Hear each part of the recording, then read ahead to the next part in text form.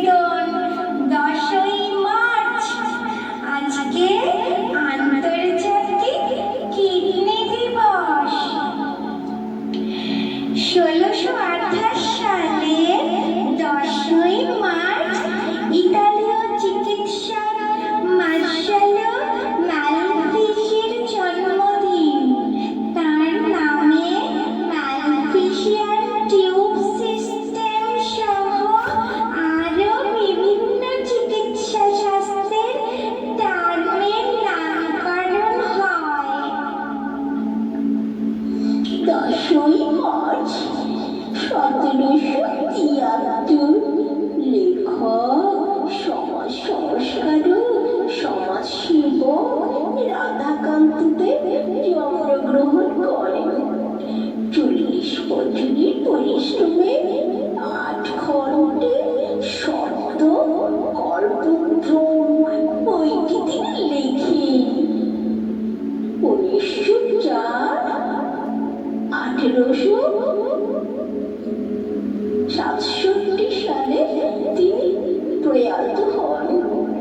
বৃন্দাবনে তীর্থযাত্রার সময়। 10ই মার্চ 1876 আলেকজান্ডার গ্রাহাম বেল প্রথম সফল টেলিফোন কল করেন। তার প্রথম বাক্যটি ছিল, Mr Watson, come here, I want to see you.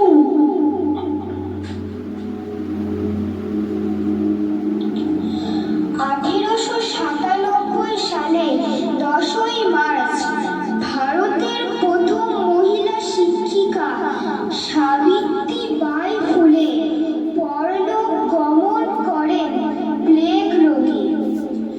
1922 সালে 10ই মার্চ সাবরমতী আশ্রমে গ্রেপ্তার হলেন মহাত্মা গান্ধী।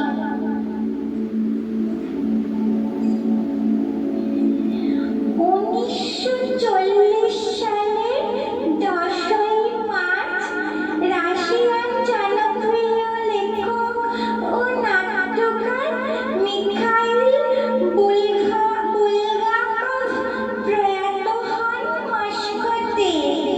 উপন্যাস লেখেন দ্য মাস্টার অ্যান্ড মার্গারিটা।